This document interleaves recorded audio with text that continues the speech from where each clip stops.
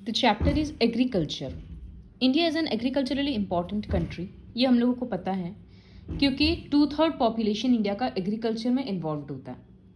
India में agriculture एक primary activity है हर जगह पे, क्योंकि इसका जो प्रोडक्ट होता है वो दूसरे इंडस्ट्रीज़ में काम आता है और ये हम लोग डायरेक्टली कंज्यूम करते हैं इस वजह से भी। बिसाइड्स फूड ग्रेन्स और भी दूसरा टाइप का रॉ मटेरियल ये प्रोड्यूस करता है एग्रीकल्चर में। तो सबके बारे में हम लोग आगे पढ़ते जाएंगे। First is types of farming. काफ़ी सारा टर्म्स हम लोग ऑलरेडी क्लास 7-8 में पढ़ चुके हैं। There is nothing new in this. So over these years cultivation methods have changed significantly. Obviously क्योंकि नया नया टेक्नोलॉजी आ रहा है, नया नया जैसे फर्टिलाइजर्स, केमिकल्स इन्वेंट हो रहा है, इरिगेशन टेक्निक्स इवॉल्व हो रहा है, क्लाइमेट चेंज हो रहा है।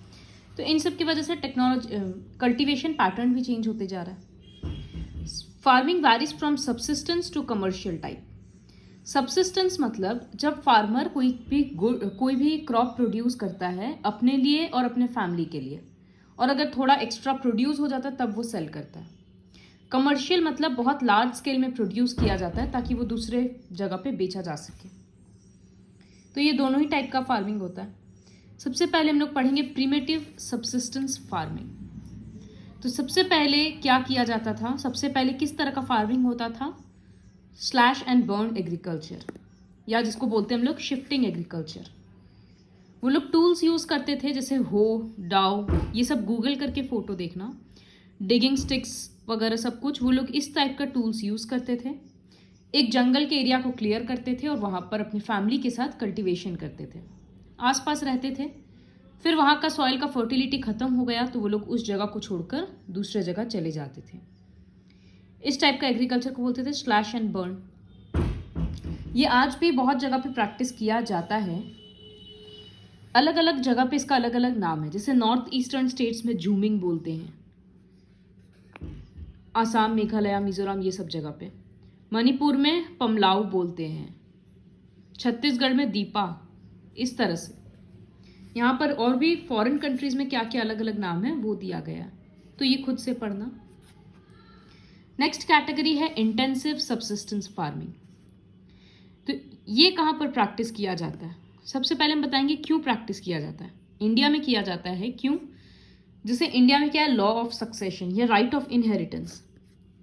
अगर एक पीस ऑफ लैंड है और 4 भाई है तो इसका 4 हिस्सा हो जाएगा। फिर सपोज उसके सन डॉटर है तो इस तरह से डिवाइड हो गया। यहाँ पर भी अलग अलग डिवीजन हो गया, डिपेंड करता है कि फैमिली कितना है। तो एक ही लैंड छोटा छोटा हिस्सा में डिवाइड हो जाता है, क्योंकि एक के डेथ के बाद वो लैंड उसके सन एंड डॉटर्स का हो जाता है। इस चक्कर में डिवीजन होता है। तो हर एक फैमिली के पास या हर एक फार्मर के पास साइज ऑफ लैंड बहुत स्मॉल होता है। अब उस छोटे से लैंड में उसको अपना घर चलाना है, तो वो हर पॉसिबल इनपुट उसमें देखकर वो चाहता है कि इससे मैक्सिमम हमको आउटपुट मिल सके। तो वो बहुत सारा फर्टिलाइजर्स, केमिकल्स और सब कुछ यूज़ करता है इस काम के लिए। तो इसी को बोलते हैं intensive subsistence farming. This type of farming is practised in areas of high population pressure on land, जहाँ पर लैंड के ऊपर बहुत ज़्यादा प्रेशर रहता है। ये एक लेबर इंटेंसिव फार्मिंग है। यहाँ पर सब कुछ मैनुअल लेबर के थ्रू ही होता है, और इरिगेशन वगैरह, हायर इनपुट्स, बायोलॉजिकल इनपुट्स मतलब केमिकल फर्टिलाइजर्स, ये सब यूज़ करके फार्मर्स चाहते हैं कि मैक्सिमम प्रोड्यूस मिल सके। Next is commercial farming. तो कमर्शियल फार्मिंग मतलब यहाँ पर हाई लेवल पे बड़े बड़े लैंड में HYV सीड्स यूज़ करके और सब कुछ यूज़ किया जाता है ताकि बड़ा ज़मीन से और ज़्यादा प्रोडक्टिविटी मिले। The degree of commercialization of agriculture varies from one region to another. जैसे राइस को हरियाणा में एक कमर्शियल क्रॉप माना जाता है, मतलब हरियाणा में मैक्सिमम प्रोडक्शन राइस का है और वो दूसरे स्टेट्स में और दूसरे कंट्रीज में एक्सपोर्ट किया जाता है। लेकिन उड़ीसा में वो एक सब्सिस्टेंस क्रॉप है, मतलब फार्मर्स वहाँ पर बहुत ज़्यादा राइस नहीं ग्रो करते, खाली अपने नीड के अकॉर्डिंग करते हैं। तो ऐसा क्यों? क्योंकि हर जगह का हर एक क्रॉप को अलग अलग टाइप का सॉइल रिक्वायरमेंट चाहिए, और तो इस पे डिपेंड करता है कि फिर उसका वो कहाँ पर ज़्यादा ग्रो कर रहा है, मार्केट में किस चीज़ का कितना ज़्यादा डिमांड है, उन सब पे डिपेंड करता है। प्लांटेशन एक टाइप का कमर्शियल फार्मिंग है। इसमें क्या होता है, एक बहुत बड़े फील्ड में एक ही टाइप का क्रॉप ग्रो किया जाता है।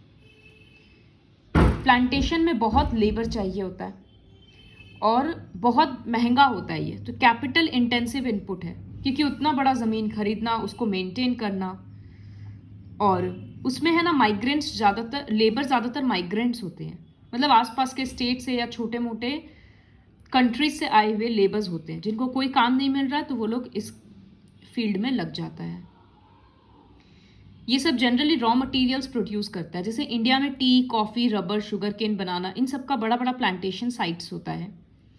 दार्जिलिंग वगैरह में टी प्लांटेशन बहुत ज़्यादा है। साउथ इंडिया में कॉफ़ी प्लांटेशन भी बहुत ज़्यादा है। तो प्लांटेशन फार्म्स में क्या होता है कि जो भी प्रोड्यूस हो रहा है उसको दूसरे दूसरे मार्केट में डायरेक्टली सेल करना है।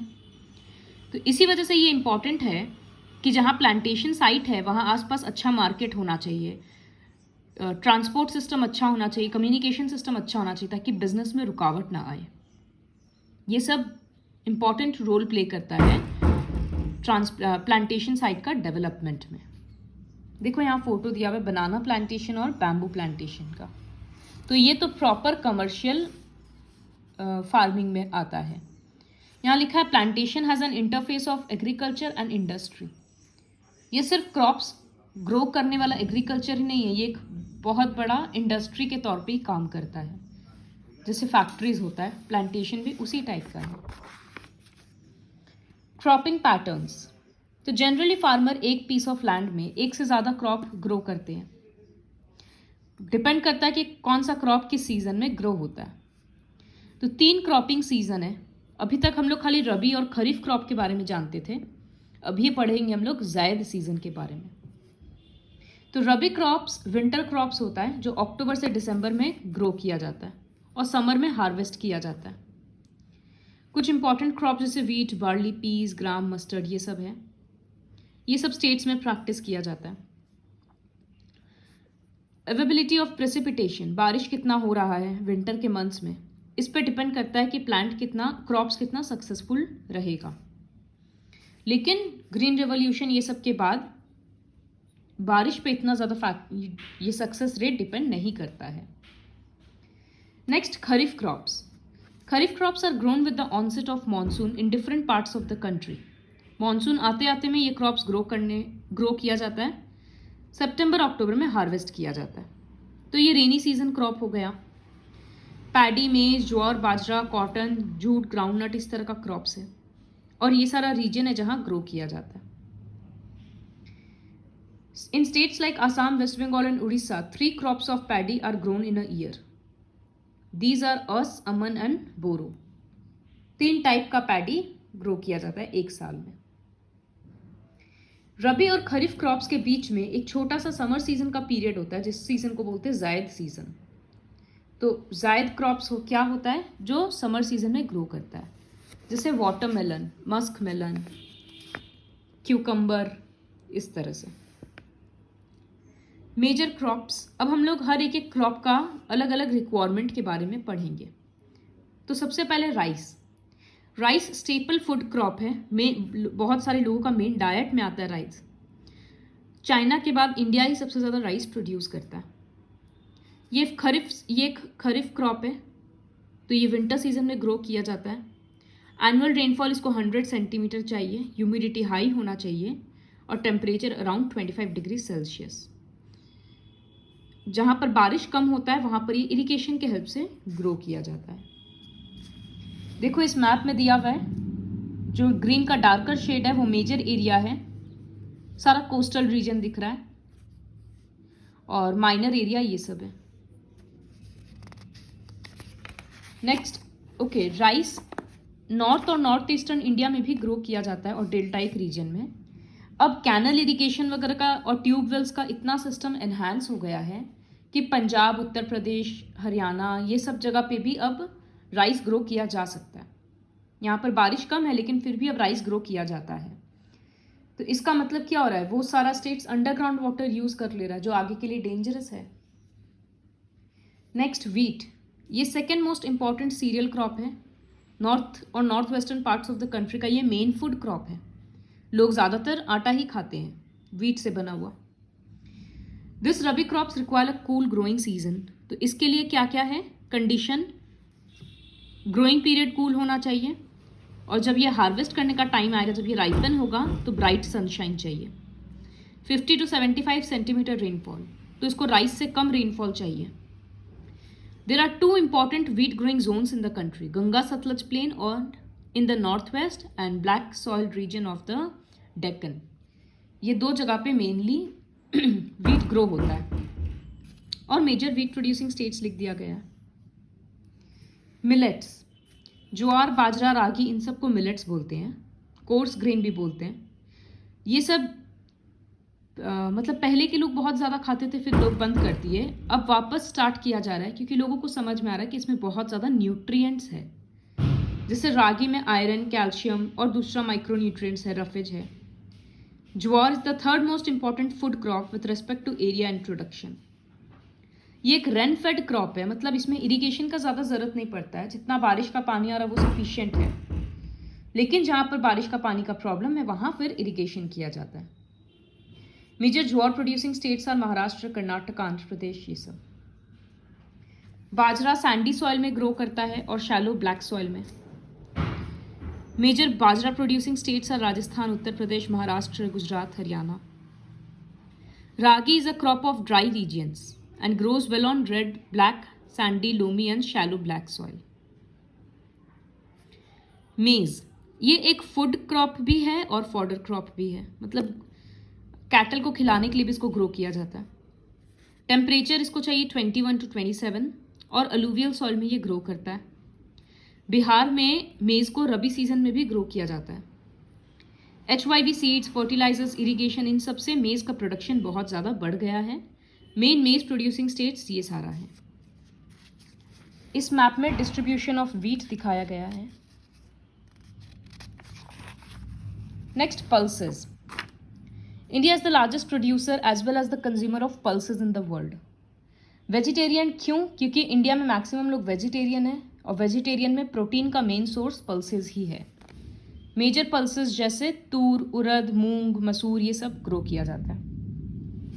पल्सेस को मॉइस्चर कम चाहिए, मतलब वो सब ड्राई कंडीशन में भी सर्वाइव करता है, और ये खुद एक लेग्यूमिनियस क्रॉप है, मतलब ये एटमॉस्फेरिक नाइट्रोजन को सॉइल में लाता है, तो सॉइल का फर्टिलिटी रीस्टोर हो रहा है। तो इसी वजह से मैक्सिमम टाइम पे एक क्रॉप ग्रो करने के बाद फार्मर्स कोई भी पल्सेस क्रॉप ग्रो करते हैं।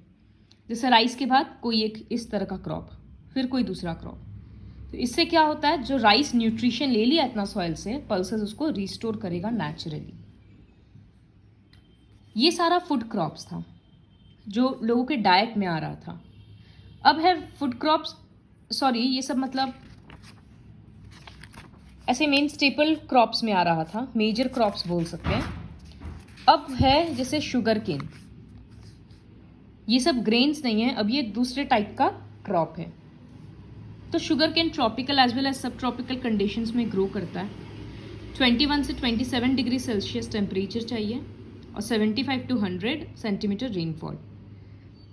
जहाँ रेनफॉल कम है वहाँ इरिगेशन चाहिए। It can be grown on a variety of soils and needs manual labour from sowing to harvesting. Brazil के बाद इंडिया सेकेंड लार्जेस्ट प्रोड्यूसर है शुगर केन का। उसके बाद शुगर केन को प्रोसेस करके अलग अलग चीज़ बनाया जाता है, जैसे शुगर, गुड़, खंडसरी, molasses. Major sugar cane producing states are Uttar Pradesh, Maharashtra, Karnataka, Tamil Nadu and so on. फिर है oil seeds. In 2015, India was the second largest producer of groundnut in the world after China. In rapeseed, ये एक टाइप का सीड होता है। In rapeseed production, India was third largest producer in the world after Canada and China. तो India में बहुत सारा oil seeds produce किया जाता है। ऑयल सीड्स मतलब जिस सीड से ऑयल मिलता है, जैसे groundnut, mustard, coconut, sesame, soybean, castor, इस तरह का। बहुत सारा सीड्स एडिबल भी होता है और बहुत सारा खाने में यूज में लिया जाता है, जैसे मस्टर्ड हो गया। कुछ है जो रॉ मटेरियल्स के तौर पे यूज़ किया जाता है, सोप बनाने में, कॉस्मेटिक्स बनाने में, ऑइंटमेंट बनाने में। ग्राउंड नट एक खरीफ क्रॉप है और हाफ ऑफ द मतलब मैक्सिमम मेजर ऑयल सीड में यही आता है, ग्राउंड नट। गुजरात इसका लार्जेस्ट प्रोड्यूसर है। लिंसिड और मस्टर्ड भी रबी क्रॉप है, सिसम में एक खरीफ क्रॉप है। इस तरह से अलग अलग कैटेगरीज है, तो एग्जाम्पल उसका लर्न करना होगा। Next, T cultivation is an example of plantation agriculture. ये पहले ही बताए थे कि प्लांटेशन क्रॉप में आता है ये। इंडिया में ब्रिटिशर्स जब रूल करते थे तब वो लोग टी का इतना ज़्यादा, उनके पीरियड में टी इतना पॉपुलर हो गया क्योंकि वो लोग टी बहुत ज़्यादा कंज्यूम करते हैं। Today most of the tea plantations are owned by Indians. तो टी कल्टीवेशन के लिए ट्रॉपिकल और सब ट्रॉपिकल क्लाइमेट चाहिए, deep and fertile well drained soil जो ह्यूमस में रिच होगा और ऑर्गेनिक मैटर में भी। Tea bushes require warm and moist frost free climate throughout the year. Moisture नहीं होना चाहिए, बीच बीच में बार बार बारिश आते रहना चाहिए पूरे साल। टी एक बहुत लेबर इंटेंसिव इंडस्ट्री है क्योंकि इसका एक एक पत्ता को इस तरह से हाथ से तोड़ा जाता है, आज भी कोई मशीन नहीं यूज़ किया जाता है। तो इसके लिए स्किल्ड लेबर भी चाहिए जिसको तरीका से सब कुछ करना आए, और चीप भी चाहिए क्योंकि इतना सारा लेबर हायर करना है तो चीप होना चाहिए। Tea is processed within the tea garden to restore its freshness. Assam, Darjeeling, Jalpaiguri West Bengal में, और तमिलनाडु, केरला, ये सब जगह पे इसका कल्टीवेशन होता है। India was the second largest producer of T after China 2015 में। Next, coffee. तो इंडियन कॉफ़ी काफ़ी पॉपुलर है। अरेबिका एक वैरायटी होता है कॉफ़ी का, यमन से पहले इंडिया में लाया गया था और अब वो इंडिया में एक्सटेंसिवली ग्रो किया जाता है।